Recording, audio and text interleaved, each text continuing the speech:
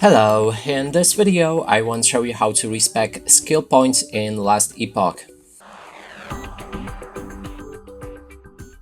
To do this, first we'll need to click on S or open our skills tab by clicking on these three lines, and then there's the skills.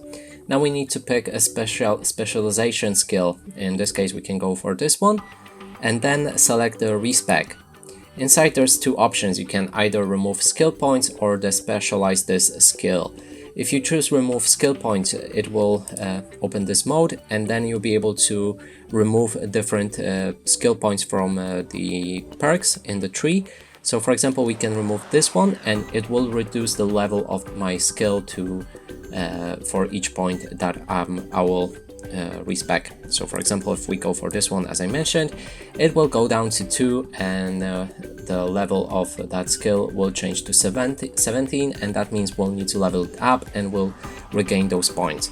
Now there's also the second option, which allows you to remove the specialized skill. It will basically remove that skill from specialization, and you'll be able to pick a different one, and it will start as your minimum specialized level. So in this case it will start with 9. And that's it for this video. Hope you like it. Please consider subscribing to our channel, leave a like and a comment below.